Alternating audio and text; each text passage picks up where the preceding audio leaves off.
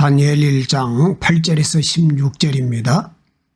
다니엘은 뜻을 정하여 왕의 음식과 그가 마시는 포도주로 자기를 더럽히지 아니하리라 하고 자기를 더럽히지 아니하도록 환관장에게 구하니 하나님이 다니엘로 하여금 환관장에게 은혜와 국류를 얻게 하신지라. 환관장이 다니엘에게 이르되 내가 내 주 왕을 두려워하노라. 그가 너희 먹을 것과 너희 마실 것을 지정하셨거늘 너희의 얼굴이 초췌하여 같은 또래의 소년들만 못한 것을 그가 보게 할 것이 무엇이냐. 그렇게 되면 너희 때문에 내 머리가 왕 앞에서 위태롭게 되리라 하니라.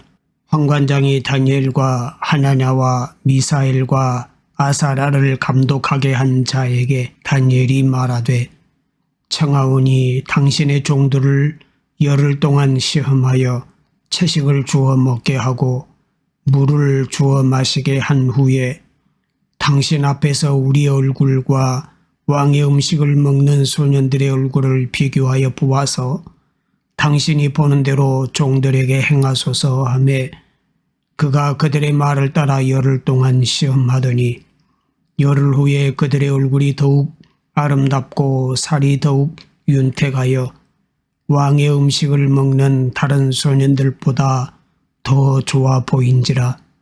그리하여 감독하는 자가 그들에게 지정된 음식과 마실 포도주를 제하고 채식을 주니라. 아멘. 아름다운 사람은 저절로 만들어지지 않는다라는 말이 있습니다. 여러분, 아름다운 사람이란 어떤 사람을 말하는 것일까요? 나는 아름다운 사람인가? 우리는 아름다운 사람일까요? 다니엘에게서 아름다운 사람을 발견해 봅시다. 성경이 왜 다니엘을 이야기하는지를 찾아내 봅시다. 첫째입니다. 다니엘도 힘겹게 남모를 전투를 치르고 있었습니다. 인생 안에 우리에게 허락된 삶에서 우리를 둘러싸고 일어나는 전투가 있습니다. 의도치 않게 또는 의도와 다르게 수많은 전투가 우리 인생에서 일어납니다. 이기는 전투도 있고 지는 전투도 있습니다. 이겨서 좋은 전투도 있는 반면 졌기 때문에 오히려 우리를 성숙하게 하는 전투도 있습니다. 예측할 수 없는 전투들이 계속해서 일어나는 것이 우리의 인생이지요. 그런데 인생의 전투가 우리를 힘겹게 합니다. 어떤 전투이든지 쉬운 것은 없지요. 전투라고 표현하는 이유가 바로 그것입니다. 쉽지 않기 때문입니다. 어떤 전투이든지 가벼운 전투이든지 무거운 전투이든지 똑같이 우리를 힘들게 합니다. 다니엘에게도 힘겨운 전투가 일어납니다. 조국 이스라엘이 바벨론 제국에게 멸망을 당하면서 다니엘의 삶에도 전혀 예상치 못한 두 가지 일들이 일어납니다. 첫 번째는 무너짐입니다. 다니엘의 삶이 무너져 내렸습니다. 나라가 무너지고 가정이 무너졌습니다.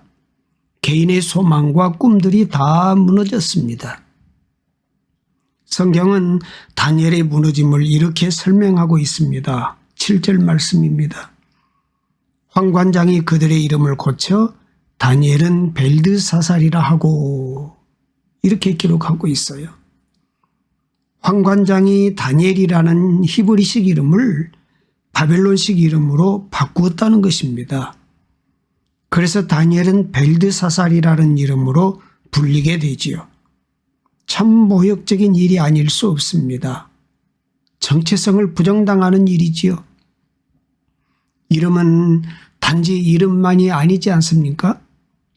다니엘이라는 사람이 부정당하는 것과 같은 일이 일어났다는 것입니다. 이것이 다니엘이 경험한 무너짐입니다. 여러분, 인생의 전투에서 무너짐을 경험해 보셨습니까? 무너짐을 경험할 때마다 너무나 힘이 들지요. 내려갈 때는 밑바닥까지 내려가는 것 같이 여겨집니다. 도저히 소망이 없는 것 같은 자리까지 내려갑니다. 다윗의 시편 중에 3편은 이렇게 시작을 합니다. 여호와여, 나의 대적이 어찌 그리 많은지요. 일어나 나를 치는 자가 많으니이다. 이렇게 고백하고 있어요. 다윗이 말하는 대적이 누구일까요? 바로 자기 아들입니다. 가장 사랑했고 가장 믿었던 사람, 가장 의지했고 마음을 두었던 사람입니다. 그런데 바로 그 아들이 자신의 대적자가 된 것입니다. 이 정도면 슬픈 정도가 아니고 마음에 멍이 생깁니다. 다윗이 그런 경험을 하고 있는 것입니다. 다윗만 그런 것이 아닙니다. 여러분과 제 인생에도 그런 무너짐을 경험해 보셨을 것입니다. 다니엘처럼, 다윗처럼 우리들의 인생에도 무너짐이 있다는 것입니다. 그런데 또 다른 일도 일어납니다. 두 번째, 세워짐입니다. 이런 와중에서 다니엘은 세워짐을 만납니다. 참 놀라운 일이지요. 엄청난 무너짐이 일어났는데 그런 와중에서 다니엘이 세워지는 일이 일어납니다. 이스라엘의 왕족과 귀족 중에서 바벨론 왕을 섬길 사람으로 세워졌기 때문입니다. 3절 4절은 이렇게 기록이 되어 있죠. 왕이 황관장 아스브나스에게 말하여 이스라엘 자손 중에서 왕족과 귀족 몇 사람, 곧 흠이 없고 용모가 아름다우며 모든 지혜를 통찰하며 지식에 통달하며 학문에 익숙하여 왕궁에 설 만한 소년을 데려오게 하였고 그들에게 갈대아 사람의 학문과 언어를 가르치게 하였고 그랬어요. 우리들의 전투에도 이런 일이 있다는 것을 성경은 알려주려고 하시는 것 같습니다. 아무리 힘겨운 전투에도 남몰래 싸워야 하는 전투에는 두 가지 일이 있습니다. 한편으로는 우리를 무너뜨리는 것 같은 일이 일어나고 또 다른 한편으로는 그 일로 인해서 경험해 보지 못한 새로운 일들, 새로운 세상, 새로운 사람들을 만나게 되는 일입니다. 무너짐만이 아니라 세워짐도 우리들의 인생에, 우리들의 전투에 함께 일어나고 있다는 것입니다. C.S. 루이스가 이런 말을 했습니다.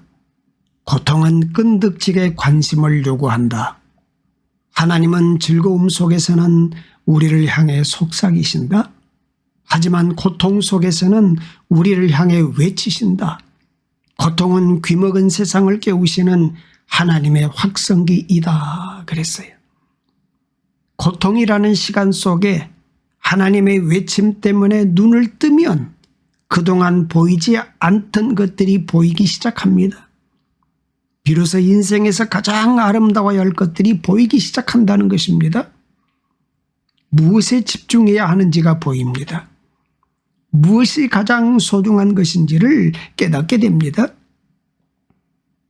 우리들의 전투의 세워짐이 바로 그런 의미입니다. 가장 힘든 전투의 시간 속에서만 우리를 볼 수 있는 것이 있습니다. 깨닫는 것이 있습니다.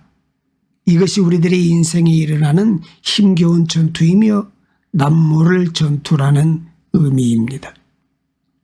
두 번째는 아름다운 사람은 저절로 만들어지지 않습니다. 이런 말을 하기까지 얼마나 많은 일들을 경험했는지가 느껴집니다. 또한 얼마나 많은 순간 하나님을 부여잡고 고통하는 법을 배웠는지가 보입니다. 마치 다윗이 시편 3편 3절에서 이런 고백을 한 것처럼 말이죠. 여호와여, 주는 나의 방패시요 나의 영광이시요 나의 머리를 드시는 자신이다. 나의 머리를 드시는 자라는 말이 너무나 좋습니다. 내 머리를 든다는 것이 무엇입니까? 누가 내 머리를 들 수 있습니까? 누가 내 머리를 영광의 자리 혹은 고난의 자리에 가져다 놓는다는 것입니까? 오직 하나님 뿐이라는 것입니다. 다윗이 경험해 보니 그렇다는 것입니다. 가장 사랑하는 아들이 대적자가 되는 고통 속에서 다윗은 바로 그것을 배운 것입니다. 아들의 반역을 보면서 어떤 심정이었을까요? 아버지 다윗은 아마도 차라리 아들에게 자신의 자리를 주어버리는 것이 낫다는 생각까지 하지 않았을까요?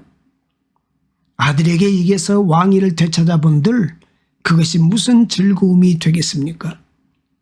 다윗은 하나님께 자신의 전투를 가지고 나아갑니다. 하나님 앞에서 부르짖습니다. 하나님 앞에서 웁니다.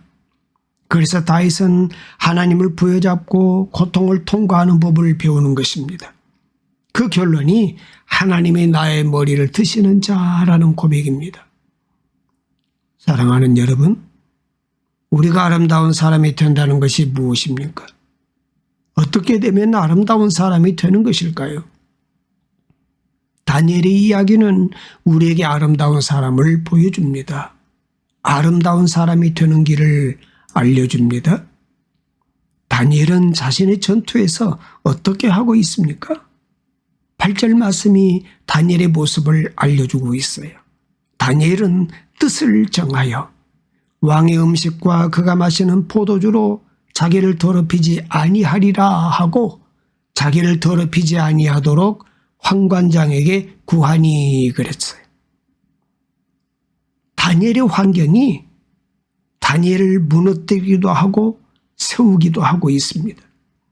감당할 수 없는 일들이 다니엘의 주변에서 일어나고 있습니다. 마치 우리들의 인생이 그런 것처럼 말입니다. 그런데 그런 상황 속에서 다니엘은 그런 상황을 따라가지 않아요. 상황의 사람으로 살아가질 않아요. 그 대신에 다니엘은 뜻을 정했다고 합니다. 뜻의 사람입니다. 자기를 더럽히지 않을 뜻 말이죠. 왜 다니엘은 자신을 더럽히지 않을 뜻을 정했다고 하는 것일까요?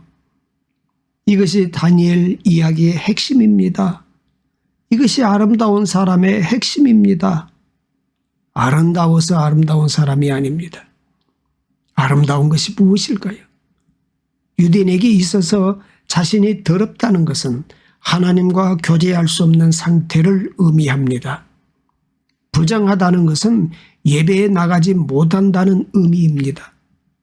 레위기 율법을 보면 모든 율법이 거기에 집중되어 있습니다. 하나님과 교제하는 백성은 하나님과 예배하기 위해, 즉 교제하기 위해 자신을 정결케 하는 사람들인 것입니다. 하나님과 교제하는 것이 생명이라고 생각했기 때문입니다. 다니엘이 자신을 더럽히지 않을 뜻을 정했다는 것은 아무리 제국에 붙잡혀 와서 살아도 자신에게 중요한 것은 바로 하나님과 교제하는 것임을 고백하는 것입니다. 그것이 다니엘의 뜻입니다. 그런 뜻을 세운 것입니다. 자신의 인생에 있어서, 특별히 자신의 전투에 있어서도 가장 중요한 것은 하나님과 교제하고 있는 상태라는 것입니다. 아무리 좋은 일이 있어도, 아무리 나쁜 일이 있어도 중요한 것은 하나님과 함께 하고 있는 상태라는 고백입니다. 다니엘은 그것을 놓치지 않으려고 하는 것입니다. 아름다운 사람의 길이 있습니다. 그것은 바로 뜻을 정했다는 것입니다. 하나님과 함께 자신의 전투를 치른다는 뜻이죠. 하나님 없이 전투를 치르지 않겠다는 뜻입니다. 우리는 이것을 경외라고 부릅니다. 경외는 두려움입니다. 무서운 두려움이 아니라 하나님을 높이는 두려움입니다. 하나님과 떨어지면 죽는다는 두려움입니다. 그것을 두려워하는 것입니다. 다른 삶의 조건이 다 있어도, 아니 다 잃어버린다고 해도 하나님을 잃지 않도록 조심하고 조심한다는 것입니다. 그것이 경외가 있는 사람, 아름다운 사람 다니엘의 모습입니다. 아름다운 사람이란 하나님과 함께 고통을 통과하는 법을 배운 사람이 아니겠습니까? 하나님과 함께 하는 법을 배우고 나니 당연히 그렇게 되지 않겠습니까? 사람이 아름답다는 것은 하나님과 함께 전투를 통과하는 법을 배웠다는 것입니다. 세 번째는 아름다운 사람으로 살아가는 시간입니다. 목동들이 양을 키우면서 때가 되면 양의 털을 깎게 됩니다. 그런데 대부분의 양의 털은 겨울이 오기 직전에 깎는다고 합니다. 왜 그럴까요? 여름에 깎아줘야 양들이 시원하게 느끼지 않을까요? 추운 겨울이 오기 전에 양털을 깎는다면 양들에게 얼마나 큰 고통일까요? 그럼에도 오랫동안 양을 키운 목자들은 양들의 습성을 알기에 그렇게 한다고 합니다. 양들이요, 고집이 세고 운동도 잘하지 않고 자신의 털을 믿고서 물 위에서 떨어져 오히려 얼어서 죽는 양들이 많다고 합니다. 겨울이 오기 전에 양털을 깎아주면 양들이 추워서 서로 부비고 움직이고 또한 함께 모여서 자기 때문에 추운 겨울에도 죽는 양이 적다는 것입니다. 인생에도 그런 것이 아닐까요? 혼자서 살아가는 양보다 오히려 털이 없어서 함께 살아가는 것이 인생이 아닐까요? 아름다운 사람이란 결국 누구입니까? 인생의 남모를 전투를 하나님과 함께 통과하고 새로운 삶의 자리를 살아가는 사람입니다. 오늘 말씀에 바로 그 이야기가 있습니다. 다니엘은 자신의 고난을 하나님과 함께 걸어가기로 결정했습니다. 그러자 그에게 새로운 삶의 자리가 열리지요. 바로 황관장과의 이야기입니다. 9절 말씀을 보면 이런 말씀이 나옵니다. 하나님이 다니엘로 하여금 황관장에게 은혜와 긍휼을 얻게 하신지라 그랬어요. 관계의 변화입니다. 다니엘과 황관장의 관계를 두 단어로 설명합니다. 은혜와 긍휼입니다. 두 사람의 관계가 은혜의 관계, 긍휼의 관계가 되었다는 것입니다. 타국에서 잡혀온 소년들을 감독하고 책임을 져야 하는 황관장에게 이것은 참으로 어려운 일이었을 것입니다. 그런데 그런 일이 일어난 거예요. 은혜란 언제나 받을 자격이 없는 사람에게 오히려 베풀어 주는 일을 말합니다. 긍휼이란 약한 자의 상황을 나의 상황처럼 인식하는 것입니다. 그런 일이 다니엘과 황관장 사이에 일어났다는 것입니다. 하나님이 그렇게 하셨기 때문이죠. 가장 슬픈 관계가 있어야 주는 만큼 받겠다는 관계입니다. 받는 만큼만 주겠다는 관계입니다. 이런 관계는 항상 주는 만큼 받지 못해 갈등이 일어나지요. 가난한 관계입니다. 그런데 은혜의 관계는 반대입니다. 오히려 부족하니 더 채워주고 싶은 것입니다. 오히려 연약하니 도와주고 싶은 것입니다. 사실 이런 관계가 우리 인생을 아름답게 합니다. 하나님이 그런 관계를 열어주신다는 것입니다. 다니엘을 보십시오. 포로로 잡혀온 이방 땅에서 다니엘은 어떤 사람으로 살아가기를 시작합니까? 어떤 모습으로 인생을 살고 있나요? 하나님이 열어주시는 은혜와 긍휼의 새로운 관계입니다. 이 모습이 아름다운 사람의 모습이라고 믿습니다. 아름다움의 정의가 바로 이런 것입니다. 다니엘은 이런 관계 속에서 거꾸로 황관장의 두려움을 읽습니다. 10절입니다. 황관장이 다니엘에게 이르되 내가 내 주 왕을 두려워하노라. 그가 너희 먹을 것과 너희 마실 것을 지정하셨거늘 너희 얼굴이 초췌하여 같은 또래 소년들만 못한 것을 그가 보게 할 것이 무엇이냐? 그렇게 되면 너희 때문에 내 머리가 왕 앞에서 위태롭게 되리라. 잡혀온 다니엘이 황관장을 하나님 앞으로 인도합니다. 하나님이 역사하시는 10일의 시간으로 안내합니다. 15절이죠. 열흘 후에 그들의 얼굴이 더욱 아름답고 살이 더욱 윤택하여 왕의 음식을 먹는 다른 소년들보다 더 좋아 보인지라. 여러분의 인생을 어떤 모습으로 살아가시겠습니까? 아름다운 사람으로 살아가시기를 축복합니다. 아버지 하나님, 하나님의 섭리에 따라 저녁이 가고 아침이 되었습니다. 하나님 보시기에 좋은 하루가 되게 하옵소서. 예수님으로 인해 우리 안에 머물러 있던 어둠을 몰아내 주시옵소서. 주님께서 주신 2023년을 감사하며 삶의 문제와 어려움 앞에서도 좌절이 아니라 말씀을 붙잡고 믿음으로 행할 힘을 주셔서 오늘도 승리의 삶을 살 수 있도록 인도하여 주시옵소서.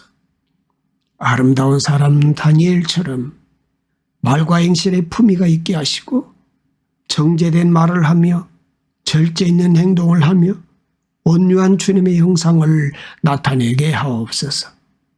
주님의 영광을 위하여 선한 일에 힘쓰는 온전한 믿음의 사람이 되기를 원합니다. 말씀의 교훈을 따라 모난 모습이 다듬어지고 부족함이 채워지며 날마다 더욱 성숙한 인격으로 자라게 하옵소서. 우리의 기도 자리에 함께 하시며 우리를 사랑하시는 예수 그리스도의 이름으로 기도드립니다. 아멘.